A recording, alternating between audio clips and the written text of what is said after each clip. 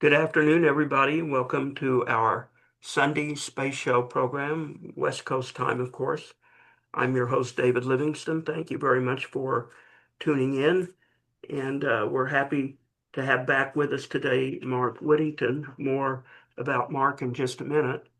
I do want to call your attention to Dr. Greg Autry is returning on Tuesday evening, 7 p.m. Pacific. That's February 3rd. And then Paul Jaffe and his company, Overview Energy, will be with us Friday, February 6th.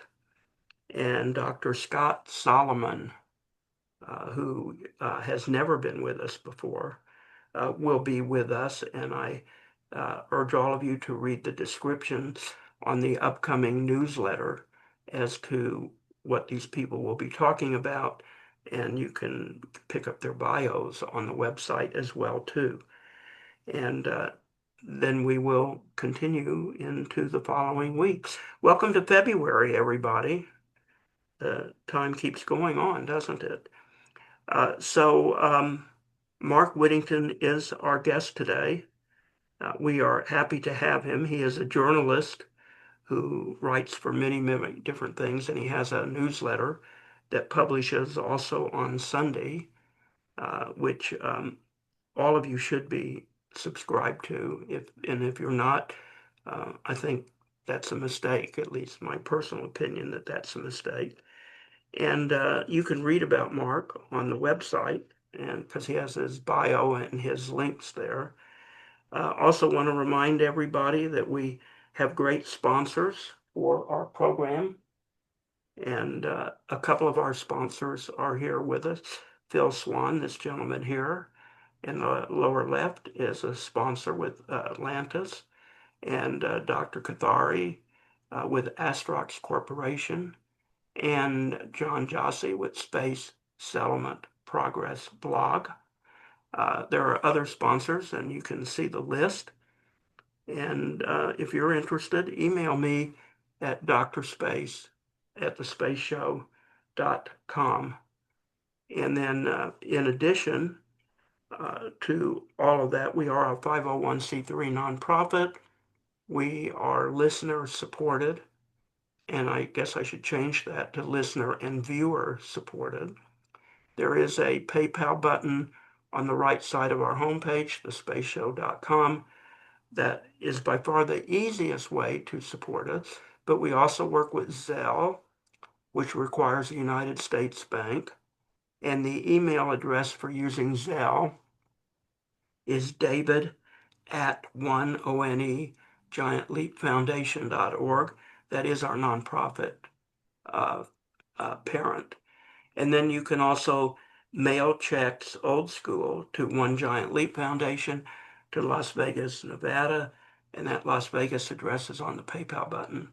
For those of you using Substack, they have their own subscription and donation method through Stripe.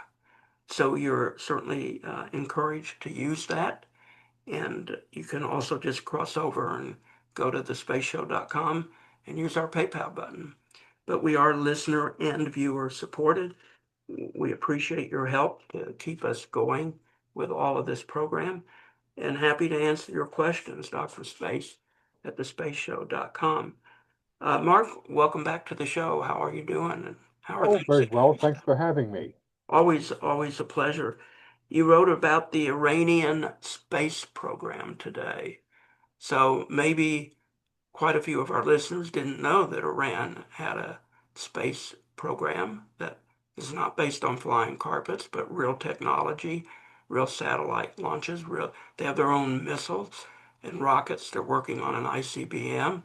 Introduce us to Iran's space program, and why did you write about it today? Well, first of all, Iran's in the news, so obviously it's something that would attract some attention. And plus the fact, part of the premise of my article is the Iran space program might be a key for a post-Islamic Republic Iran to right itself and to recover from 40 plus years of misgovernment. Uh, Basically, the basic outline is that the Iranian Space Agency was created by legislation in late 2003 and codified in 2004. They have developed their own series of launch vehicles in-house and have launched Earth observation satellites and are planning to launch what they call internet satellites. Now, of course, knowing the nature of the Iranian regime, we have to realize that any launch vehicle that's capable of putting a satellite in orbit is also capable of putting a nuclear weapon anywhere in the world. And that's something that is, well, at least should be of concern for the entire world. I mean, fortunately, Iran's nuclear program suffered a very serious setback thanks to the bombing that took place during the 12-day war last year. But so long as the Islamic Republic exists, they're going to try to reconstitute their nuclear program and build a nuclear arsenal. Now, part of my premise is that it seems to be a developing policy to help the Iranian people overthrow the Islamic Republic and establish some kind of pro-Western uh, democracy of some sort. And of course, if that were to take place, Iran would be very much in need of economic recovery and development. And my premise is that, along with everything else, having Iran continue its space program would help its economy quite a bit. I propose, for instance, the post-Islamic Republic Iran should join the Artemis Accords and even create their own astronaut corps that could fly to the International Space Station, maybe even walk on the moon eventually as part of the Artemis program. They're being helped by the Russians right now. Of course, Russia is having its own problems with its space program and its economy. So, what kind of help in the future Putin can provide is a matter of question. Do you have any idea what the inkling is of our government vis-a-vis the Iranian space program? Is it ever talked about or focused on, or do you ever hear any I commentary think about it? that I think solely because of its potential uh, to support a nuclear strike on the United States. I don't think they're much concerned about its economic or technological potential. That's one reason I wrote that in the article that it should be considered as part of a post-Islamic Republic strategy. Are there, have you ever heard anything where their spaceports are fair game for military targets? Um, there is a spaceport near the city of Qom that's not run by the Iranian Space Agency, but is run by the Iranian Revolutionary Guard Corps, and it was hit by the Israelis back in 2024. Uh, this spaceport is solely military. It's developing intermediate range rockets to hit Israel with, hence the Israeli strike on that facility. I don't think either they have two spaceports, civilian space, ostensibly civilian spaceports now. One is the Imam Khomeini Space Center, which is kind of in the center of the country, and there's a new spaceport that's on the coast that's developing uh, what they solid fuel rockets and is closer to the equator and probably be used to launch rockets into an equatorial orbit. My suggestion is that if we go ahead with an air campaign, that these two facilities should be spared, uh, basically to help develop a post Islamic Republic Iran. this assumes that the next incoming government would be better than the outgoing government that. I can hardly think they would be worse.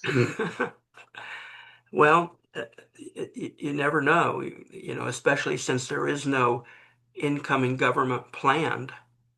So Well, that we know of. that we know of, yeah. The son of the late Shah, Crown Prince Reza Pahlavi, has offered himself as a kind of unifying figure. Uh, and a lot of the rebels inside Iran want him to return as their king.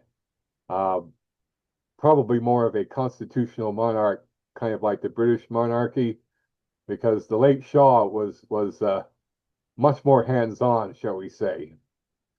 I heard, I don't want to do a political show, but I heard him on an interview when all the stuff was going on in the streets of Iran. So I guess about 2 weeks ago.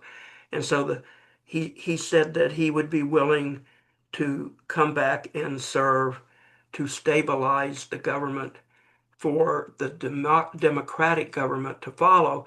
So the reporter said, "How long do you think that stabilization period might last?" And he said, "Oh, at least to the end of the decade."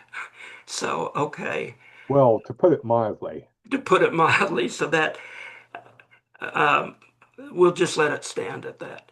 Um, are there satellite that they want to build? You said a constellation. They already have launched some what they call Earth observation satellites. What about constellation satellites for comms? Is that nefarious or is that legitimate for them? Well, one thing I saw in a study that was published in the Times of Israel suggests that they are planning what they call an internet constellation, but its real purpose would be to guide an ICBM to targets around the world, which is to say North America. Interesting. Any idea how far away they are from that, from accomplishing that? I don't know. I mean, considering the problems Iran is having right now, not just because of the uprising, but because of the collapse of their currency, the collapse of their electrical and water infrastructure, I would be very surprised if they were to make any progress on it in the near future. Um, Another topic, I mean, I don't think Iran is a hot topic, but I certainly caught your article and I appreciated the Iranian update. And if any of the people in the room want to continue talking about Iran, hey, go for it. But we've got Artemis II a week away, supposedly, right? So A week away at the earliest. at the earliest. So your thoughts on Artemis 2, is it going to be a great success? Is it a risky mission? Because we've had a lot of people on that do talk about a lot of the risk, especially heat shield risk. Well, there's some concern about the heat shield. Um, Jared Isaacman, the new NASA administrator, recently held an open meeting with a bunch of NASA engineers, some journalists like Eric Berger of Ars Technica, and some of the outside critics, and they hashed it out. And my sense is that NASA thinks that they have the heat shield in hand with the workarounds as far as the reentry angle and so on. And it should be noted that even if there had been a crew on Artemis 1, they would have lived. Uh, I don't think that the heat shield is going to be much of a problem. But then again, Apollo Fire, Challenger, Columbia, we've been through this before. And I think for a lot of people, the reentry is going to be a white knuckle event until you see those parachutes pop over the Pacific. Um, do you think it's going to have the impact that I'm seeing a lot of people are writing about? Will it be amazingly impactful on the American society? Is it I something hope we so. need, or what? How do you assess that? Well, it all depends. The media infrastructure is much different than it was during Apollo. During Apollo, you had the three major networks, you had some newspapers and magazines. Uh, Apollo 11 was of course covered, wall to wall. By the end, by Apollo 17, there were people complaining about people breaking into their sitcoms and cop shows. However, of course, we've got the major cable networks, and we've got independent video live streamers who have set up their own networks on their own dime. People like Eliana Sharif, Ellie in Space, the Everyday Astronaut, and so on. Uh, I follow them quite a bit, and there's also a discussion on social. All things are discussed on social media, and believe me, one thing I've learned about social media, especially X, if there's an opinion to be had, no matter how ludicrous and outrageous, it will be expressed. So, I mean, there are people who are poo-pooing Artemis II, saying, "Well, we never went to the moon to start with, so we're not going to the moon at all." Uh, and they'll think that the whole thing has been faked. Um, I noticed though that Time Magazine has had a great cover story displaying the four Artemis astronauts. So it remains to be seen. We got the usual stories on Earth, the Iran, as we've been talking about, the nonsense happening in Minnesota, uh, the midterm elections coming up, um, whatever President Trump has to say recently. We'll see if we pause all that and look up at Artemis 2, and in my opinion, it should be the story of the year, if not the decade, at least until the next moon landing. Um, and it should be something that everybody should get behind of. I mean, I'm a space nut, of course, uh, so I'm somewhat biased in that direction. Um, so yeah, I mean, and of course, I will do my bit to point out, the enormity of what's about to happen.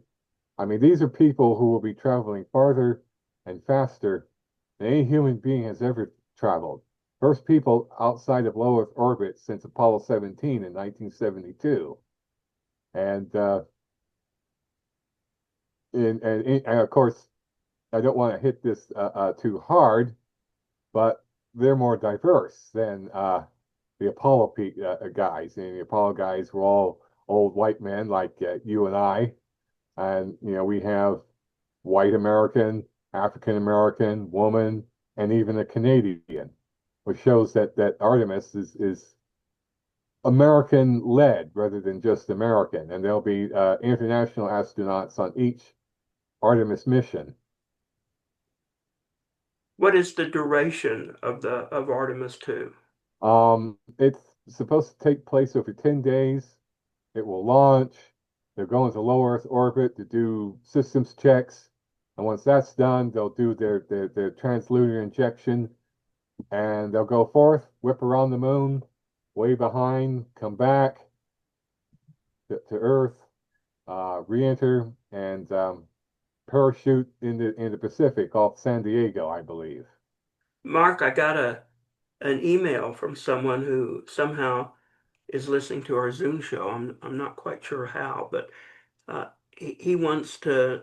It is a he, and he wants to know if there is any sort of interchange with the moon on Artemis? Like, do they put a payload on the surface, he says, or do they do anything other than just loop around the moon? Do they orbit it?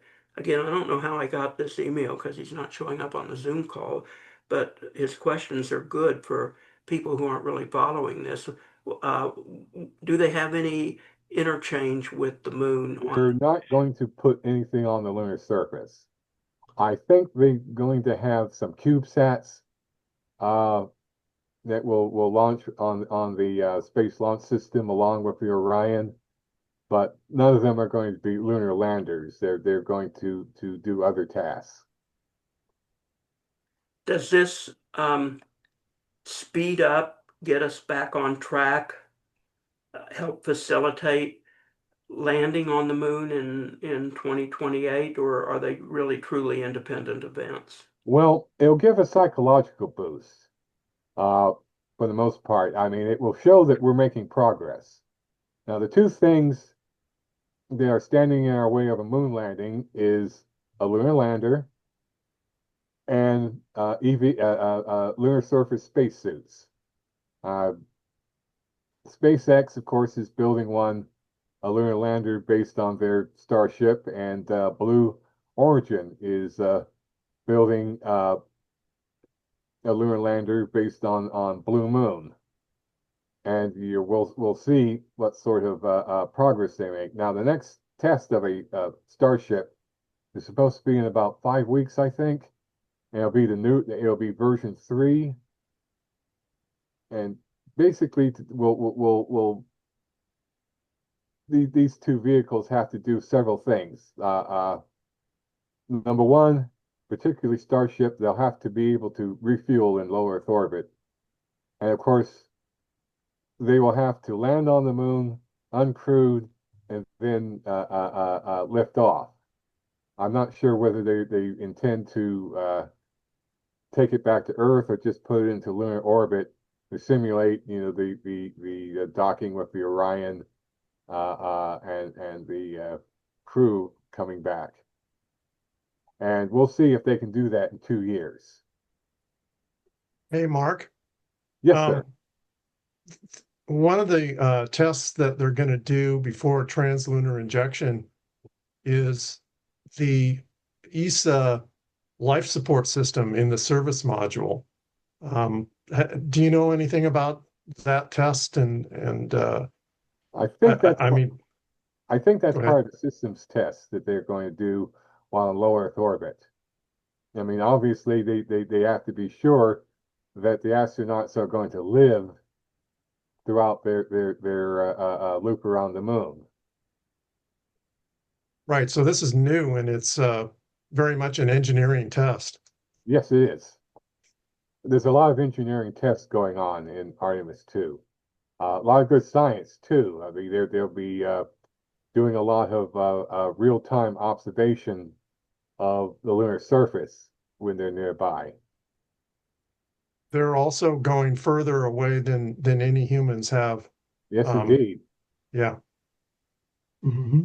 Marshall, you had a question?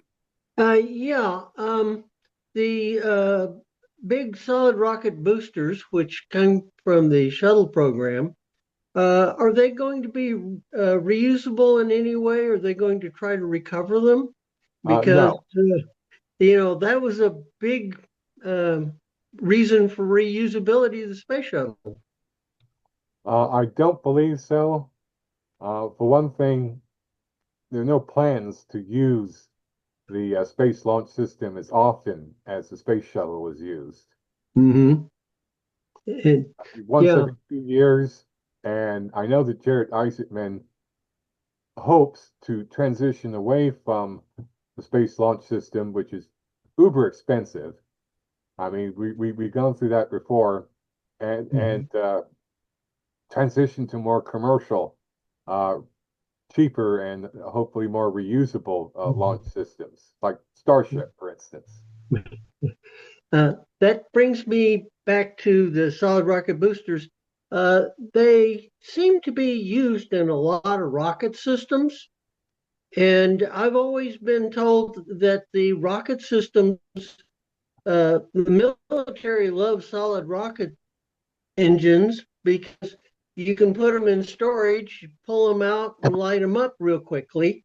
Is that a consideration in the Iranian program? The Russians seem to be on that line also, as well as the United States with its military. What do you Sure, think of that? sure. Liquid fuel rockets are more expensive to build and operate. So it's only makes sense that the Iranians would try to um, concentrate on solid systems. Plus the fact, I think, of course, their real purpose is not civilian. It's trying to build an ICBM that can attack the United States, the Great Satan, as they call us. Marshall, if you ever go to Tucson, they Mhm. have a Titan missile center that was decommissioned Cool. as a SALT treaty that is a tourist site. Although you have to be on a government tour to go see it, but they're easy to get on. Part of what they spend time talking to you about and teaching you about is how they had to fuel Titan to use it because it was Mhm. hypergolic and liquid. And they have dummies like you would go into the wax museum of the trucks and the equipment and the people in refueling uniforms because they had to Mhm. be in protective clothing. If they got the order that they're going to launch a Titan from this missile center, then they will reenact and show you what they had to go through to launch it, which is why they switched to solid fuel. So it's Mhm. a very instructive tour. It doesn't have anything to do with space per se, but since you brought it up, I'm bringing it up. The Mhm. metal door that is bomb-proof, atomic bomb-proof, that closes the crew inside the thing is beyond any definition of the word huge. And you can see there is a missile in the chamber, in the silo, and they cut it away so you could see how it's in the silo. I would really recommend it, and you can go through all the rooms that you go into once they close the door on you. And that door is supposed to be atomic bomb proof. Whether it would be or not, I don't know. But it's a fabulous tour, and it's one of the only missile silos from the Cold War that is actually available as a tour, and it's about 20 miles south of Tucson, in the middle of the desert. You'd never realize it looking at a missile center. Um, I'll look it up. so if anyone's ever in Tucson and you're interested in that stuff, I would totally agree to it. Um, in terms of Artemis II, can you gauge any kind of level of public excitement or public support about it? I know people in our community are talking about it and are excited, but uh, you live in Houston. You go to the supermarket. Does anybody say, I can't wait until Artemis II launches when you're in the checkout stand? Nobody has actually volunteered uh, anything about Artemis 2 to me. Anytime I've been in public, even people who know what I do for a living. Uh, it's not like, of course, the old Apollo days in which moon landings were constantly going on. Um, I think there'll be a lot of people who will be surprised that we are going back to the moon once they see it on the news. And what their level of excitement will be is difficult for me to judge. Um, there should be some level of excitement because it's a world historic event. It's the beginning of a process that's going to take us back to the moon, onto Mars, and across the solar system. In my consideration, a century from now, everybody's going to remember the Artemis program.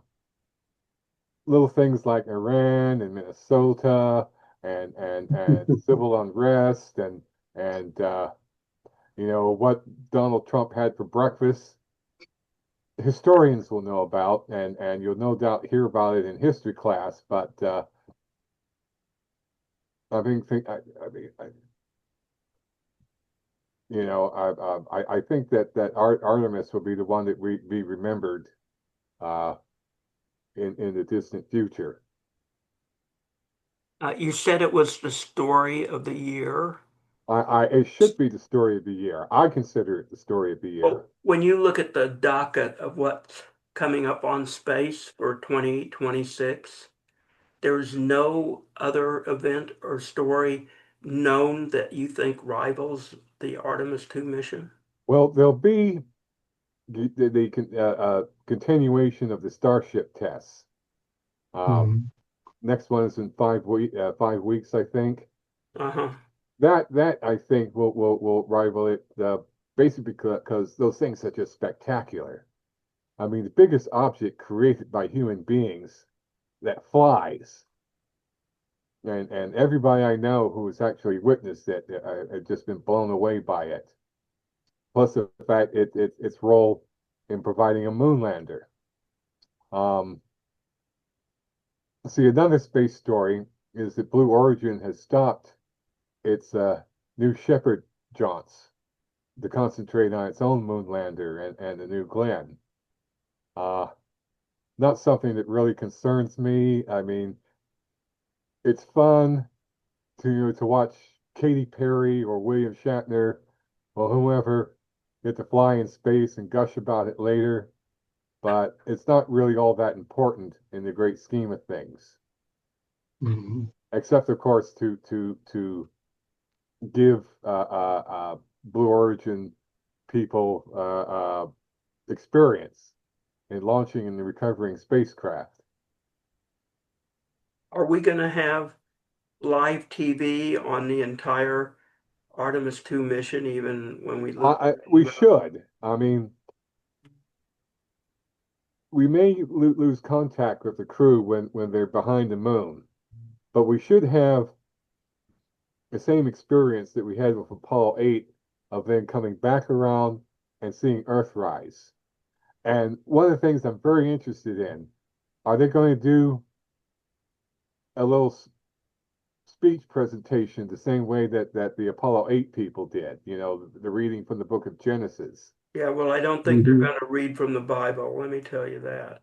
Well, you know, I know that Victor Glover is a man of faith. Uh, and That's probably an error on if I NASA's. were them, I would just chunk out any guidance I got from NASA Public Affairs Office and just put together our own presentation. Maybe having each crew member give their own thoughts about something or another, Uh-huh. because my understanding Frank White wrote about it in the overview effect that being in space and seeing the Earth from afar uh, gives people a spiritual vibe, sometimes even a religious vibe. And if somebody quotes from the Bible uh, on their way around the moon, I'll support it. Anybody tries to make trouble for it, I'll hammer them in print. But if they want to do something else,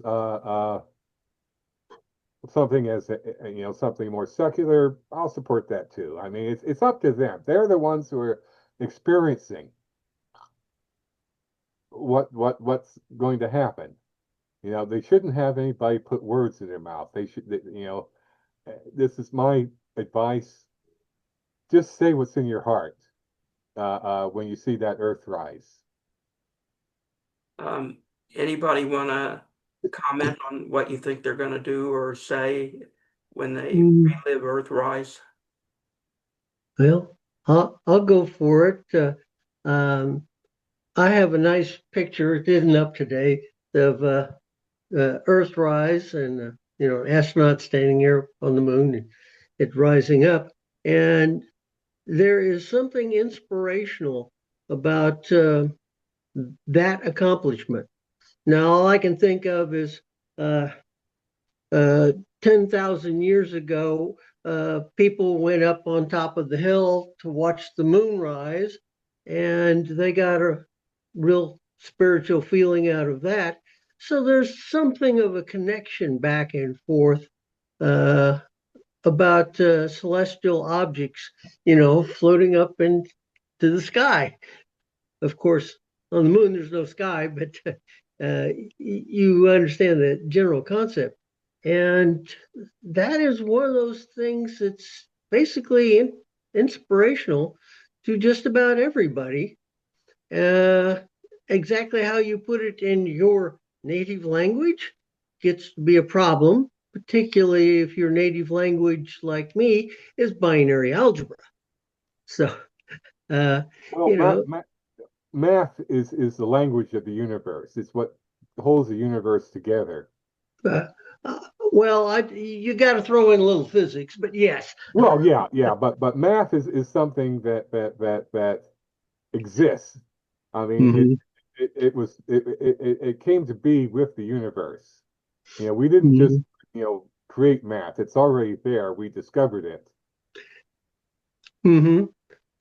Just like discovering gold, silver, and dirt. Yeah. The excitement that you're talking about on Artemis II override the economic concerns that many people in the general audience have about the space program? Um, I have not heard that argument recently. Uh, Back during the Apollo days, there were people saying, well, why are we spending all this money Right. on sending people to the moon when there are problems here on Earth? Uh, that, of course, was way back then. We've had decades of spending all that money on problems on Earth and somehow not solving them. My argument Mhm. would be that space travel, going out to the moon and Mars, accessing its riches, accessing the economic opportunities out there, will be part of the process of solving problems on Earth by creating economic wealth and prosperity. This is something that Elon Musk likes to hit on. Another event that's going to take place this year is the SpaceX IPO, um, Mhm. which is going to be huge. Um, Being a journalist, I can't participate in it myself. It's kind of a conflict of interest, even though I'm a big fan of Elon and SpaceX, as most people are who are interested in space. Um, but that's going to make SpaceX a trillion dollar company. Plus, there's Elon's new plan to build AI data centers in orbit. He talked Mhm. about 1 million satellites in low in orbit. They are all linked up together and will provide, all sorts of computing power, and all of it constantly powered by the sun. That's Mhm. one of the considerations of these AI data centers is that they suck up a lot of energy, and building them on Earth puts a strain on the grid. I know that there are some companies that are building uh, nuclear power plants to power their AI centers, and that's fine. That's great. I'm pro nuclear. I think we should build more nuclear plants uh, to help power our civilization. I think that the hysteria surrounding 3 Mile Island, Chernobyl, and Fukushima has really put us off track. And that's, doesn't even, take into consideration the possibility of finally doing fusion. Talk about Mhm. fusion is it's 30 years away and always will be. Now it's 10 years away and maybe always will be, but we're making progress at least. Uh, I worked out recently that we're only 1/500th of the way to becoming a Kardashev one civilization, which means we've used up all the sunlight that's striking the Earth and turned it into power. We're only Mhm. 1/500th of the way there. What do you think about, like, is our data centers in space premature, or is there some economics there that says that they'll work even though we've got lots and lots of solar power left on the Earth? Well, the one thing about space-based solar power is that you can access it practically 24/7. The problem with solar energy on Earth is that it doesn't work at night. or really when the weather is inclement and you have to have a backup. Batteries.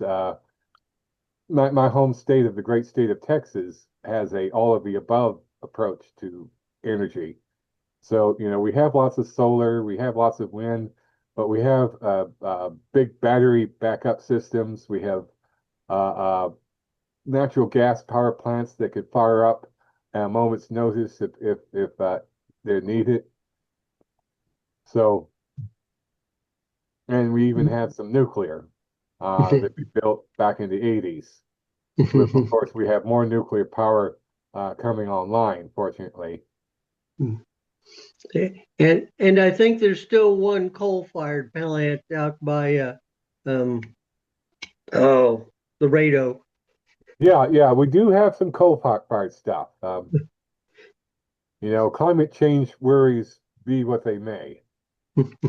Though, there is a natural gas plant near LaPorte, Texas, that uses a system called the alum recycling system that takes the CO2 and instead of spewing it in the air, uses it to turn to generators and then eventually plants it into the ground. So it's a zero emission natural gas plant, and there are people working on the same kind of technology for coal-fired plants. I mean, I've written about energy too, and my prescription for energy that's carbon neutral or carbon free is nuclear power, carbon capture, plant lots of trees, and also sea life, for instance. Amoeba sea life is a good carbon sink as well. But trees are great. They suck up the carbon dioxide, put out oxygen, and they're a renewable resource. Mark, early in the show, you mentioned lunar spacesuits as a challenge, but you didn't go on to talk about it. Who Well, is making our lunar spacesuits, and where are we in that process? well, it's still in progress. I'm trying to remember that there are two companies that were working with it. I think one of them's kind of fallen on the wayside. Um, but so far, they're not there yet as far as something that people can use on the lunar surface. But I think that the problem is far less challenging than building the lunar lander. So I fully expect them to be ready by 2028. Um, Another thing in the news that I have on my list to talk to you about is besides the SpaceX IPO, Musk has posted at least once, maybe more, that he's considering a merger with Tesla. So, assuming this isn't BS, you have any thoughts on a merger of SpaceX and Tesla? Um, Not really, except that this is kind of a more financial thing than technological thing. Um, I guess there'll be some kind of holding company that will have a SpaceX division, a Tesla division. Um, I know that Musk is interested in building these Optimus robots, Right. which would be very useful for helping people explore the surface of other worlds. I fully expect that we have a lunar base. We'll have a bunch of Optimus robots there along with our human settlers. Uh, the Optimus robots will do more dangerous stuff to be followed by the humans once everything is in all clear. Yeah, he's taken over the Fremont Tesla plant to build the robots and canceling two Tesla models in Yeah. order to have the space for that. Is anybody who follows the financial stuff maybe a little closer have any commentary on the possibility of a Tesla SpaceX merger? I don't even know that they could get regulatory approval for it, but does anyone have any thoughts on that?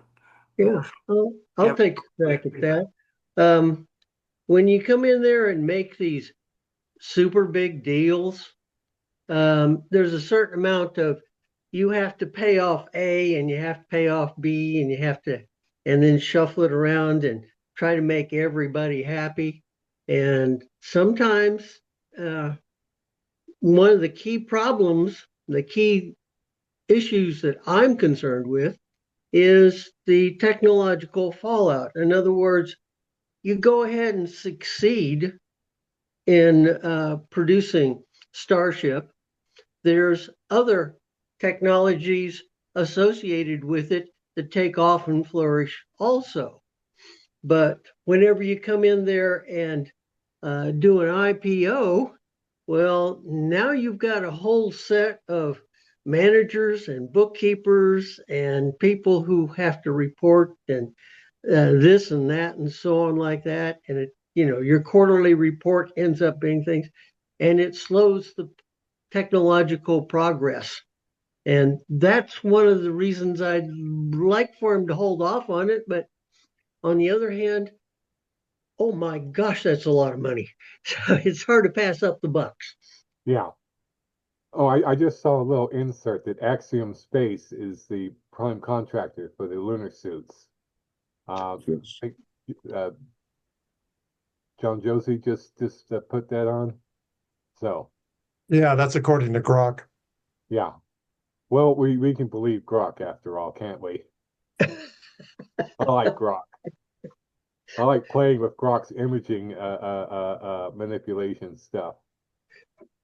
They're making progress in their space station modules for later this year, I've read with Axiom. Are you covering the private space station work?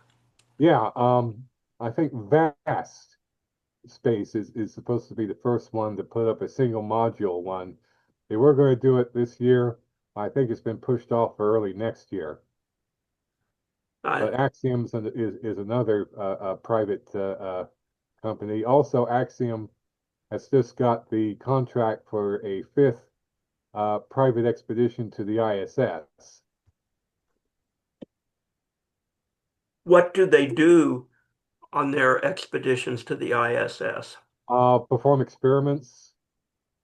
I think they have companies and academia and private individuals pay to have experiments performed on the ISS. In terms of going from 2025, I think with most of us might think was a pretty robust space year, to the start of 2026. Are we continuing in an upward trend from your journalistic perspective? Is the momentum still going? Is it changing? How can you assess our transition from 25 to 26? Well, obviously, Artemis II is the big story. It's launched, it's successful, it's going to generate a lot of momentum because there's nothing like a successful space mission of that scale and magnitude to really get the juices flowing and have people thinking about what else can be done. So, Hey, Mark, what do you think of Jared Isaacman as the new NASA administrator? I love him. He's great. When he was first nominated over a year ago, his name was not really on my radar. Of course, I knew about him from Inspiration 4 and the Polaris mission. Uh, it had the first private spacewalk. But when I heard he'd been nominated, I clapped my head like that and said, of course. And of course, his journey to becoming NASA administrator is the most bizarre thing I've ever witnessed. I mean, he was, confirmed by the Senate by the Senate committee, about to be confirmed by the Senate, and then suddenly Trump pulled the plug because a White House staffer named Sergio Gore, who had it in for Elon Musk and knew that Jared Isaacman was kind of a business associate of Elon's, whispered in Trump's ear, Mr. President, he's really a Democrat. He's not going to be very loyal to you. And then Trump idiotically believed him and pulled the plug. And then we had the 6 months of chaos. Um, Sean Duffy, the Secretary of Transportation, was a good man, took on the temporary running of NASA, and at one point wanted to sort of merge NASA into the Department of Transportation so he could take it on as a permanent arrangement. I called it the Game of Thrones in space because by that time, uh, Isaacman had started worming his way back into Trump's good graces. They had had a series of meetings at the White House about space policy and such. And so I think it was October, November, Trump said, never mind, he's my guy. By this time, Sergio Gore had been shipped off to India as our ambassador there. I call Sergio Gore, by the way, the Grimer Wormtongue of the Trump White House. If anybody who's read or seen the movie Lord of the Rings will know who I'm talking about. And he was quickly confirmed, and now he is going great guns at NASA, trying to make up for lost time. I wish he had been confirmed back in June. 6 months of his leadership would have been great, but better late than never. Inspirational guy. I understand one of the nicest people you could even ever meet. And I'm not jonesing for that jet fighter ride that he gives to a lot of people. I seriously, but he's gone on progress. Talking to all the NASA people at all the centers. And anyway, Artemis II is going to be his big test. Obviously, a lot of the work happened before he became administrator, but he'll take the credit or the blame, depending upon what happens.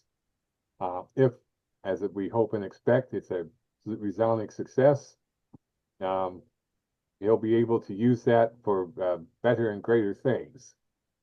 I'm also hoping that once Artemis II is out of the way, that we'll get the selection for the crew of Artemis III, the next moonwalkers. And that should be a fascinating thing to write about. Who's going to do it? Who will be the next people to walk on the moon since Apollo 17, Gene Cernan and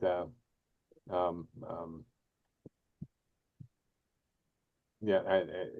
Anyway,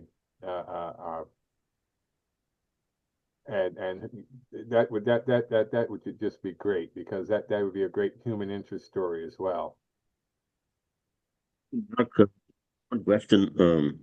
You mentioned earlier that Jared Isaacman was sort of mentioning or thinking about using some other, other systems, reusable systems or whatever, instead of SLS and all that, expendable systems. And now Cruz's committee has put in this money, $10 billion, Commerce Science Committee. That was for Artemis 4 and 5, which was supposed to use SLS. Do you think that there is a possibility that that can change? I don't know. Part of Cruz's reasoning is that we don't actually have a commercial system available yet. Hmm. So, he's just placing his bets on what we've got. Part of the other reason, of course, is that, let's be real about this. SLS is space pork. It provides a lot of jobs, a lot of campaign contributions in various districts and states. My feeling is that Isaacman will try to shift away from that as soon as he can, and it's as much a political as well as a technology task for him. Do you think he would be able to convince Trump to look in that way, in that vein, in that direction, and look at the options? And obviously, Once the one would have to. options are available, I think he will. I think he's back in Trump's good graces now. Yeah. from that unfortunate interlude we had this past summer and fall. Yeah. And like I said, if Artemis II is a big resounding success, Hmm. he'll have a lot of credibility, even though a lot of the work on Artemis II happened before he was administrator. Right. Yeah. Now, as far as Artemis 3 is concerned, obviously, you talked about people, astronauts walking on the moon, etc. But we have a problem of uh, human lander, let's say, human landing system. And some people like Mike Griffin and others have said that it's impossible to do this by 2028 or beat China to this, and all that kind of thing with HLS of any type. I mean, unless you have your own lander designed, what do you think is going to happen there? I don't know. Um, I know people expect that we'll be ready by mid to late 2028. Um, People with a lot more insider knowledge than I do. But again, wouldn't be surprised if it slipped to 2029. It depends on how much the Starship tests, uh, how successful the Starship tests happen, um, how much progress is on a crew capable blue moon. Uh, it's one of those unknown things right now. You hope it happens, hope for the best, but kind of plan for things not happening as quickly. And also, Any, yeah, sorry. Yeah. and also, the Chinese say they're going to land a person on the moon by 2030. Just Right. because they say it doesn't mean it will happen. China, of course, is very opaque, uh, no transparency at all. And if they run into problems, we're not going to know about it until it's obvious. Mhm. What about the chances of Blue Origin or Blue Moon? Uh, I guess they've been talking about Mark 1.5. I'm not sure exactly what that means. I presume it means payload in between 3 ton and 20 ton, something somewhere there. Do you have have you heard anything about Mark 1.5? What kind of payload that would be or Mark something? One, it's I think you're referring to a version of the Mark One that's capable of carrying a crew, uh, Okay. 2 astronauts. Um, Hmm. the Mark Two is their real human Right. landing, but the Mark 1.5 is the one that they think they can build in time for the 2028 deadline, and it will put people on the moon and take them back. Mhm. Thank you. Mark, you posted an article much earlier this month, which prompted me to contact you and ask you to return to the show. And it was about Turkey opening up a spaceport in Somalia. So, what can you tell us about a Somali spaceport? I mean, that Well, seems a little weird. But also, I asked you if you could sort of give us a rundown on international spaceports, where they are and where they stand. the Somali spaceport's very interesting.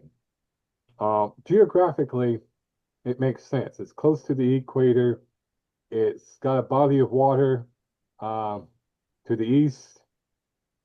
However, Somalia is a failed state. It doesn't really have a viable central government. There are competing clans. There's a terrorist group called Al Shabaab that's lurking in the hills doing stuff. And Turkey is going to have to place a lot of troops in this area to protect it. And there's another wrinkle that's happened. There's a country that used to be part of Somalia called Somaliland that separated from Somalia back in the 90s during the Black Hawk Down affair. Unlike Somalia, Somaliland actually has a fairly good democratic, stable government, and they run things very well. Well, recently, the Israelis were the first country to recognize Somaliland as an independent country. This puts Turkey in a bind because Turkey, for whatever reason, has placed itself in opposition to the state of Israel. And now we have Somaliland, which is to the west of Somalia, and it is basically it runs next to the sea route between Turkey, through the Suez Canal, down the Red Sea, and down to Somalia. So the Israelis could cut them off at any time. Turkey of course, is very upset about this. However, in the larger scheme of things, it shows that any country with any aspirations towards, being a power in the world wants a space program. India has a space program, Japan, South Korea, China, of course. The European Space Agency, and they have their own spaceport in French Guiana. And of course, there's the private spaceport in New Zealand that's run by Rocket Lab. Speaking of foreign spaceports.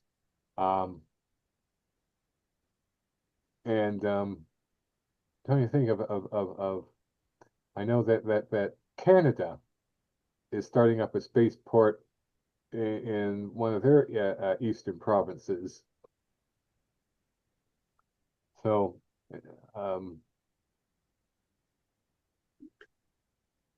let's see. Don't know if there's too many what you might call foreign spaceports that are run by a country that is different than the country where the spaceport is, except for the Somali one. Well, I mean, the New Zealand one is kind of native because Peter Beck is a New Zealander, even though his company Rocket Lab is American and New Zealand. And of course, there's the French Guiana one, because of course there's no part of Europe that's close to the equator, or with a good body of water. What would they launch from a Somali spaceport? What is they are developing their own launch systems. They don't have them yet. They'll need a spaceport to test them. They have launched satellites on commercial launches like the Falcon 9. So they do have a satellite industry. They just need to have a spaceport to start developing their own launch systems. Interesting. Does Iran have a spaceport near Bandar Abbas? They do have. They just built one on the sea course. I mentioned this earlier in the exchange. It's a second spaceport that's been run by the Iranian Space Agency, and it's going to test and launch solid rocket boosters. And of course, they have their main spaceport, which is in the center of the country, the Imam Khomeini Space Center, which I think does more polar orbit stuff. Is Turkey looking for a dual use spaceport? Turkey dual use for military? Oh, don't have any inside information of that, but I wouldn't be surprised. Ballistic missiles with warheads on it can give you a lot of respect. And Turkey wants their respect. Interesting. What about I wanted to ask, get into something here. You kind of cut off about what they're going to do about Artemis 4 and 5 and change it. But if you change from the current plan, you really will delay them significantly, one would think, before you have anything that could be developed that would replace them. That using the SLS. Well, I don't think that they'll change things before Artemis 5. I mean, that's in the pipeline. They will use an SLS to do Artemis 4 and 5. The idea is to start up commercial systems early enough so they can be available for subsequent missions. And you remember the goal is to build a lunar base. And you're not going to maintain a lunar base with the SLS. It's too expensive, doesn't send enough people there. You need something of larger scale and cheaper launch and bigger launch rate. Exactly. I wrote an op-ed on that, which I would really like to send to you when possible. Marshall, you wanted to jump in? I was going to ask, Elon Musk shot off the Falcon 1 from an island out in the Pacific. For some reason, I think Kwajalein. Kwajalein, I think it's called. Kwajalein, okay. Kwajalein, right. Well, is anything going on there anymore? I haven't heard anything about it for years. I don't think so. It's way out in the middle of the Pacific. There's nothing commercial going on there, but it's a main military test spaceport, and it's used to help develop interceptors for ballistic missiles. And much of what is done at Kwaj is highly classified. Okay. You're not going to hear much about it, but the commercial sector, the supply lines were too long. Musk used to say that he had an 8,000-mile supply line to go from California to Kwajalein, which was untenable. But the reason he was using it was because when he went to Northern California to the spaceport, which was then controlled by the Air Force, it's now the space wing of the military. He was given a launch pad that was in the vicinity of one of the Titan classified defense launches. And that Titan launch kept getting delayed for various reasons, and he could not get cleared to launch a Falcon 1 because of the area that had to be cleared, and the Titan was already on the pad. So I went to visit that in the early years, long time ago, and we saw the Falcon 1, and the Titan was shredded in canvas. You couldn't see it. You could see a big glob of canvas, like a big tent on the pad, and literally it was in shouting distance of where the other one was. So he opened up Kwajalein. The military gave him Kwajalein, and he took it because he thought he could launch Falcon 1 quicker and service it quicker than what was going to happen using the Air Force launch pad. That is not what turned out. They actually launched the Titan before the Falcon 1 got launched, and he was committed to Kwajalein for Falcon 1, and but he wasn't going to keep an 8,000-mile supply line. And then they started opening up with other possibilities for spaceports, so he didn't have to go up to Vandenberg, which is the Northern California site, which is now, by the way, a totally controlled Space Force site. Not that there's probably any problems, but it has a lot of security launches and things like that. And oddly enough, Falcon 9 does launch from Vandenberg now when they do polar orbit. Polar orbits, yeah. And for that Falcon, pretty well explains why Elon wanted his own spaceport down at Boca Chica, because he didn't want to deal with that anymore.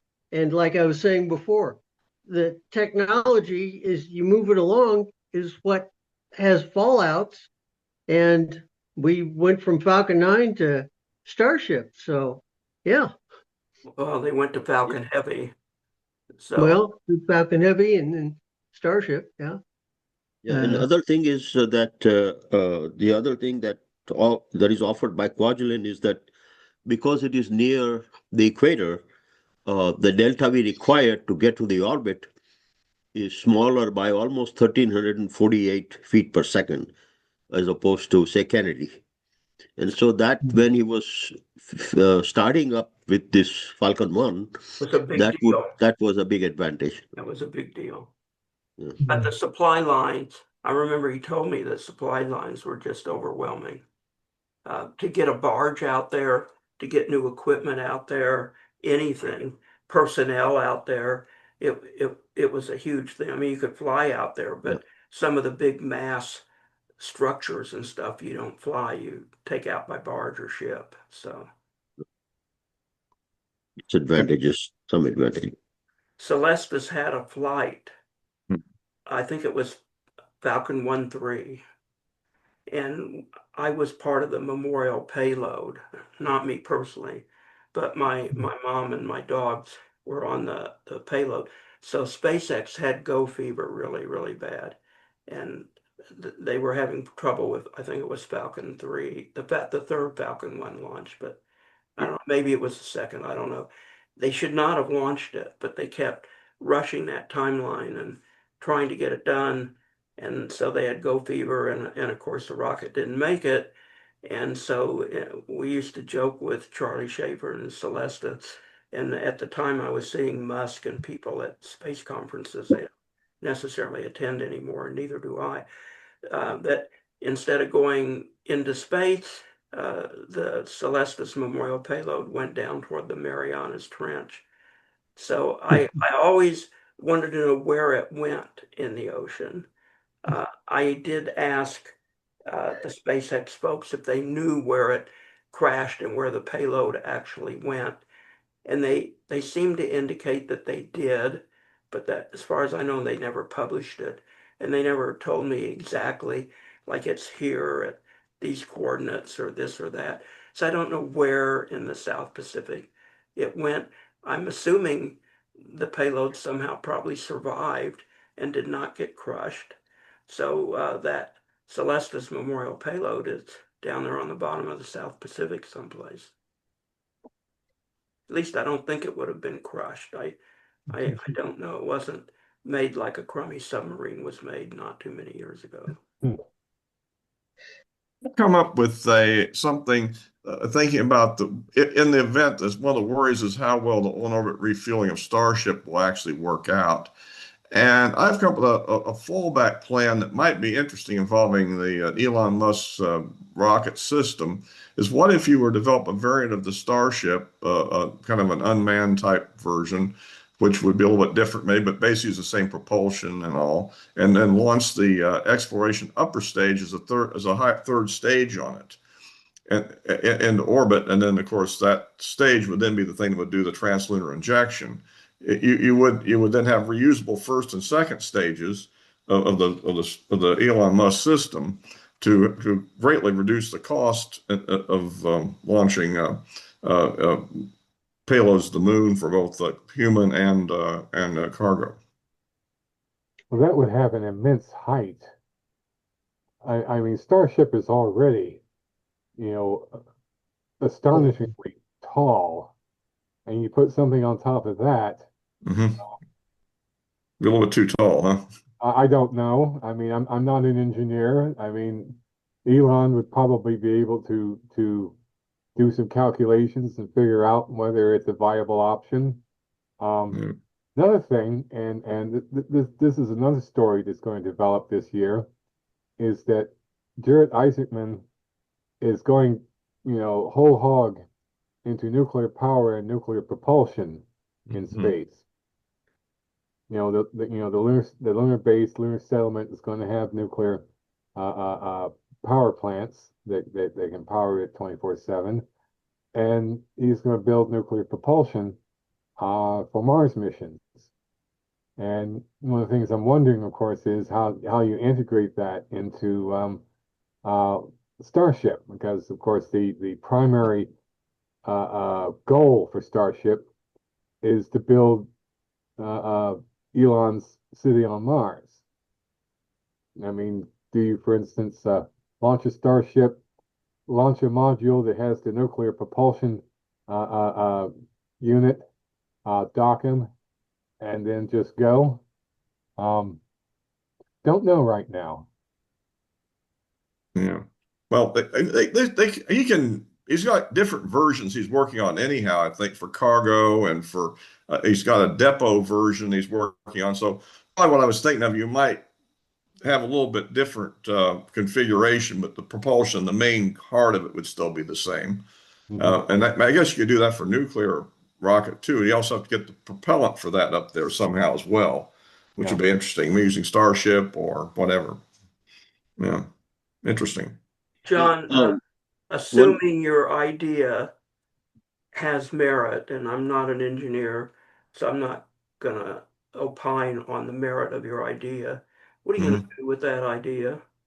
Who are you gonna give it to? How are you gonna get it pushed? Or are you just having fun fantasizing? And I'm More saying, like more wait a like what you minute, said, don't fun stop. fantasizing.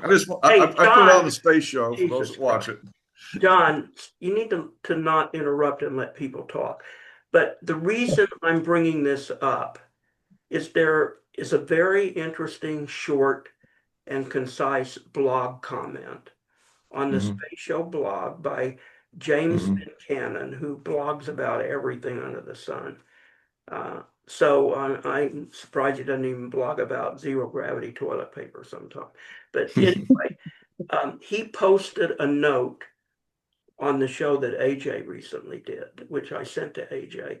And I maybe have a 50-50 track record of agreeing with James, but he's a bright guy and he's thoughtful and he is an engineer. And his point was all of these alternative ideas get thrown around. What do the people creating them think they're going to do? They're going to give Jared to change his mind. They're going to get the experts making the space policy to listen to him and change their mind. Do you have access to all the internal information and the specs and the knowledge that the mission planners and the others have? You ought to read it. It's one paragraph and it's not too long, but I think he's 100% right. And that's why I'm saying, even if your idea has great merit, what are you going to go do with it? Or is it John's folly, sort of like Seward's folly? Because seriously, if you want to put these ideas out there, great, but where are they going to go? And I used to ask people that came on the show with incredible ideas and maybe a halfway decent business plan, and I'd say, okay, you got a business plan, you got a great idea. What are you going to do with it next? And you know what the answer was? As long as I would allow it to tolerate dead air. So they had no answer as to what's next. I So I don't know they what put next. the idea out there and that's enough. So I am asking you, assuming it has great merit, what are you going to do with that idea? I just present it on the space show for anybody that's listening. I know that's off the topic from Mark, but it just reminded I me of would Big put it up on Captain X things, so I and wanted to say it. What, Mark? copy Elon. I mean, I don't know if he'd even read it, but uh, it's something that Put on will X. cause some discussion. He probably gets so many thousands of X postings. Unless he has Grok filtering for him to give him only what his filter wants, I think he'd be so overwhelmed in 10 seconds that no human could process the amount of X comments he gets. But maybe he's got a Grok filter program that prioritizes according to his prioritizes, and then he gets a list every hour or every day, and so maybe if you made his his his list of Big Ten, he might see your comments. Yeah. If he knew the secret sauce. Any other comments? I mean, I know this is an aside. Mark. Um, having worked closely with some major people at Texas Instruments, I know Rich Templeton basically had a secretary that went through all his emails and so on like that to sort them out, real ones, not real, et cetera, et cetera. And just because you have artificial intelligence doing the first pass, there's that trusted person that is going to go through and do that. And I I don't think we'll ever have robotic secretaries working for major executives because the human touch is so important. So there's one of my thumbs down on Elon's robots. So Well, I mean, Mark, do you cover AI and the robots and AI personal attendees that they're all talking about now? Well, I've used AI for research, double checking, of course, the sources that the AI like Grok uh, uh, pops up to me. Um, then, of course, there's the Elon's idea for AI data centers in space, which I've written about. But as far as AI itself, I've thought about it no more than anybody else that it's going to destroy some jobs. It's also going to create a lot of jobs, just like any other technology.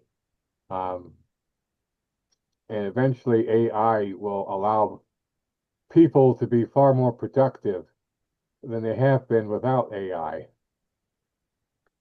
Well, I know they're talking about personal slaves are the wrong word, but personal handlers of everything coming up probably in the next couple of years where people will have their own confidant, representative, employee filter, whatever, that it's moving so fast that that will be incredibly plausible. So, but I would imagine Musk has, and people like him, have so many thousands of comments coming in addressed to him, maybe per hour, if not per day, that it would be overwhelming for any human to process any of that information. I'm just making a big assumption. I don't really know. I can tell you how much spam I get, and I don't bother to read it anymore. I just group it and throw it into the spam filter, and I have no idea what's in it. It's too much for me to handle, and so if I knew how to program AI to do it for me, I would certainly do it. But I think it's a great field, and it's going to impact space a lot. I think the AI data centers, I think they're going to try them and see if they can make them work, and we'll find out. I think maybe the verdict is out on that. But do you have any thoughts on that, or are you seeing a push to it, or only from Musk? Certainly, just about everybody is interested in what AI can do for them, what it can't do for them. Um, right now, the state of the art, I think, has some limitations. Um, AI, for instance, can get a lot of things wrong. Um, I mean, what it does is that collects information throughout the internet and tries to distill it into something when you ask it a question. Um,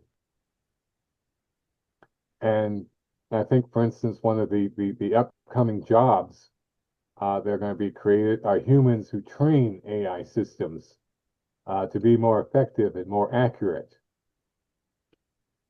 Could AI take over your research for your articles in your journalism?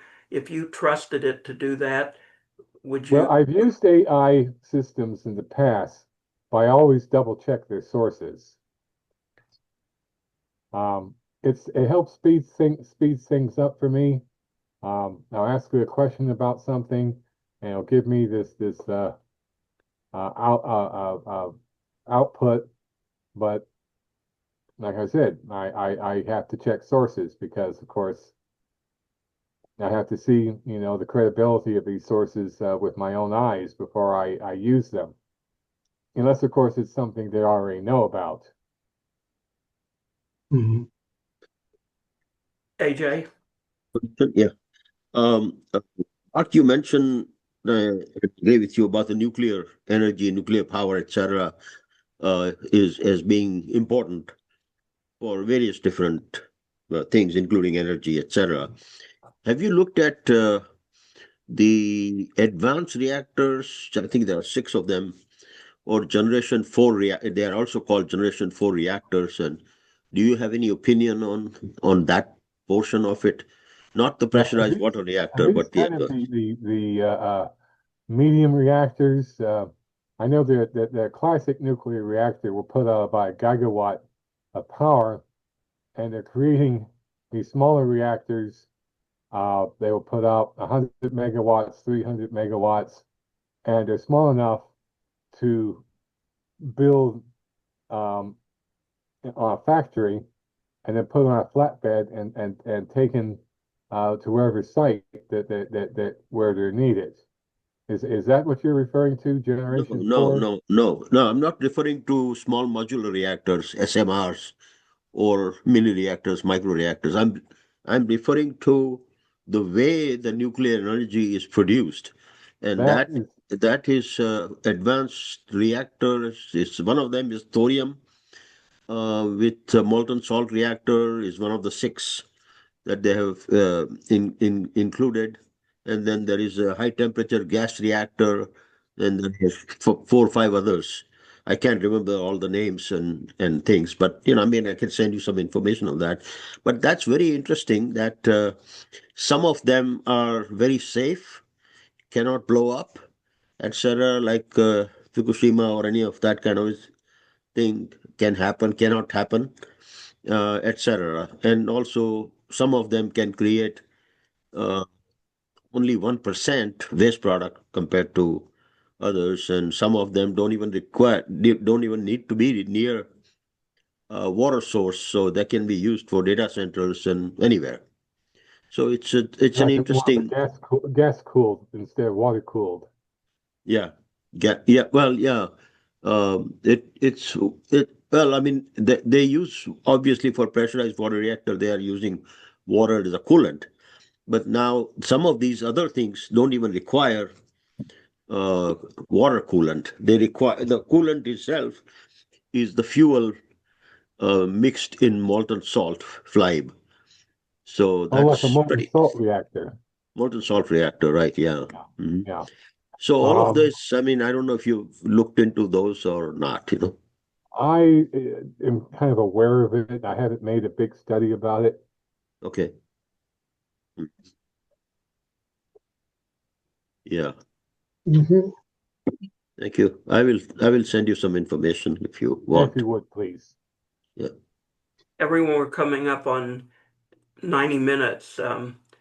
We can stay if Mark has time, or I have a little bit of time. if you guys have some other topics or some journalistic questions you'd like to ask Mark, maybe about something other than maybe the articles he writes or something else. But now's a good time to do that. And Mark, what's hot on your to-do list coming up? Well, obviously it's Artemis 2. The next article will probably be Artemis 2. Um, Probably the next two or three articles, depending upon when that thing takes off. Um, then after that,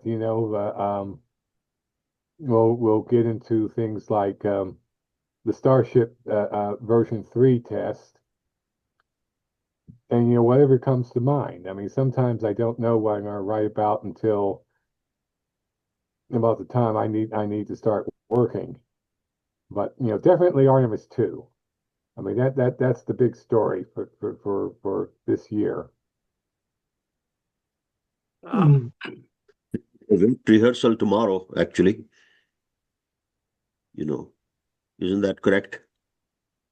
Wet Yeah, rehearsal, they're running the wet dress rehearsal, wet dress and depending rehearsal. upon how that goes, they may lift off on February the 8th, which is a week from now. Right. Yeah. Happens to be Super Bowl Sunday, oddly enough. Well, I think the liftoff will happen after the game is over. Um, is there any significance from your point of view of the dress rehearsal happening on Groundhog Day? Not really. I mean, it would have happened a couple of days ago, but it was unseasonably cold in South Florida. Unseasonably cold here too. You know, we had lots of fun, you know, hiding out from you know sub freezing temperatures. Hmm. So fortunately, we didn't lose power or internet or anything else. You know, we just kind of hunkered down. Okay. Who was saying something? Um, Houston was -7 degrees or something like that. My sister lives there, so she told me that it was very, very cold even in Houston. Is that Yeah, correct? yeah, we use Fahrenheit down here, of course. So, um, -7 centigrade, that is, I yeah, mean, centigrade is yeah, is obviously what you're saying. It was yeah, got as cold as 24 degrees Fahrenheit I don't know. Yeah. here. Um, but you know, I did all the things you're supposed to do. I've been through this before. Wrap the pipes. Mark, do you go cover any of the launches in question? Maybe the Texas launches, or you're not that far from the Cape. Um, Do you do that, or did you you know, do I'm that? not able to travel because I'm a caretaker of a friend of ours who's got some health conditions. Okay. So I'm mainly, you know, stuck here in town. So you don't even go down uh Boca Chica? to Boca. No, I've not been down to Boca Chica. Um, been to the Cape once or twice. Saw a shuttle launch way back in the 90s, which was very impressive because my father-in-law is a NASA veteran, so he was able to get us some seats right up close where all the VIPs were. In terms of your history, which I really don't know, did you start out covering space, or how did you get to space? Well, my adult profession was actually a computer analyst. I worked for about 20 or 30 years writing code for various companies. Um, Lost my job uh, in 2001, and you know I've been saving up a whole bunch of money to buy a house, so I was able to live off of that. And then I started writing about space, and somehow lucked out and had some people um, publishing me. And then I really went to town uh, because Jim Bridenstine believes I did him a good turn by writing in support of his confirmation. So he was visiting the Hill newspaper at one point, and he told everybody how much he loved my work. So my editor called me up excitedly. You know what Jim Bridenstine said about you? What? He loves your work. He's telling everybody. So I now have, you know, basically that was the beginning of my regular column there, and they actually paid me a pittance of money to do it, and I've sold stuff to other places like the Wall Street Journal, USA Today, um, and of course I've got several books out, which I should mention. One of them is called "Why Is It So Hard to Go Back to the Moon?" And that one came out in 2015, and it describes all the attempts to restart a lunar program that fell by the wayside because of various reasons. And then my second book, which came out in 2021, was called Why is America Going Back to the Moon? Which, you know, describes the current program, why we're doing it, what the progress was up until then. And of course, I'm working on a book now called How We Got Back to the Moon, which I'm writing a lot of things in advance so that when Artemis 3 happens and everything's great and the crew returns home to ticker tape parades and you know White House visits and worldwide tours, I should have it all ready enough to submit it and be able to be one of the first people to have something book sized to for people to buy and read.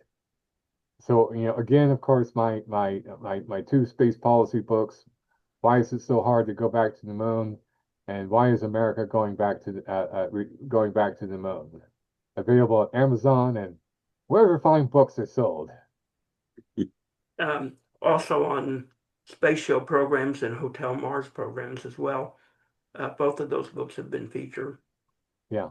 So you think there's going to be a ticker tape parade and we're going to go back to the 60s and early 70s? Well, I think that particularly if it happens during Trump, well, yeah, you he'll know, probably build they'll a be they'll be the most famous people in the world.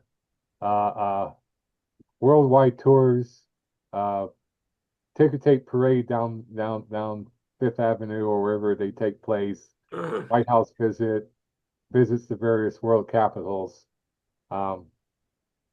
Yeah, I mean, I'm as much of a Apollo nostalgic as anybody of my age, and so I fully expect to see that. You are talking about Artemis 3 astronauts, Yes, not Artemis Artemis 3 astronauts. Now, the Artemis 2 No, astronauts will be fated as well. but would they also have a They'll ticker go tape? to the White House. They might get their parade. Okay. They'll be the first people to go beyond low Earth orbit since 1972. Yes. almost 54 years ago. Yes. None of them were alive when Apollo 17 happened. Jared Isaacman was not alive when it happened. Most of the people who work at NASA and SpaceX and everywhere else were not alive. I saw somewhere that 70% of the human race was not alive to see the moon landings. They just know about it from old videos and books and stuff. So this is going to be a brand new experience for them, seeing such things live. And with modern video and streaming technology too. Because back then, I saw the first moon landing when I was a kid, in an old antiquated black and white TV in a motel room in Florida. My family and a family we were friendly with all crowded into a room and we watched the thing and it was great. I mean, it was perfection. Yeah, I did that too with rabbit ears. Remember rabbit ears on a Yeah, rabbit ears. black and Yeah. white TV? I think this thing did have rabbit ears. Rabbit ears. Anybody have any other comments or questions for our guest today that you would like to take this opportunity to chat with him about? Nobody? Boy, what a silent group of people today. It would be fun if they got a ticker tape parade and space and astronauts received that kind of notoriety. I hope you were right. I think that kind of notoriety might be hard to get in today's world, but I would like to see it. So maybe you can write about that and help encourage it along the way when we get That might be an closer. interesting topic for an article, what they deserve. Yeah, when we get a little bit closer, so it'll be more touchable to the real event. Yep. All right, we will look forward to your writings. Tell people how they can get their Sunday newsletter from you. Okay. I have a blog called Curmudgeon's Corner. And I always post the article is published in the Hill newspaper about 10 o'clock Eastern time every Sunday morning. You can look for it there. I post it on my blog. I post it on Facebook and Twitter. And I do have a mailing list that I sent out. And if anybody wants to get on the mailing list, they can send, I guess, through you the email that they like for me to use. And I encourage everybody to read it, to spread it around, spread it far and wide. So Al, if anyone wants to be on his Sunday mailing list, and it's great. And also, this is really important, people. It is short. You're not going to have to read 5 or 10 or 6 or 3 pages. It is short, and often you can hear a recording of it. It tells you how many minutes it is, and that's not your voice who's recording it. No, it's an AI voice. Oh, it's an AI voice. An AI voice. Basically, I write about 750 words, more or less. You know, you can read it very quickly. So you can change the voice on it at will then, right? No, that's something that the Hill uses. Oh, the Hill uses. Yeah. I was thinking of other kinds of voices. That would be fun. So if you want to be on his list for Sunday, if you email me, I will send your email to Mark and ask him to place you on that Sunday email list. Any other comments or questions from any of our listeners today or participants? Mark, have a great week. You Let's too. keep an eye out for a successful Artemis II mission coming up. And I will certainly look for your articles as a follow-on to the mission. Well, thanks for having me on, and thanks for everybody for showing up. Interesting Thank you very question. much. Thanks. Everybody have a great week. Keep looking up. And I guess we should say go Artemis II. And Yeah. hopefully it goes off on time. Godspeed. Goodbye all from the space show and from Mark and John Jossie, Marshall, John Hunt, AJ, and Sherry. And Phil was with us, but he left early, and Ryan is with us. Thank you all. Once again, goodbye from the space show.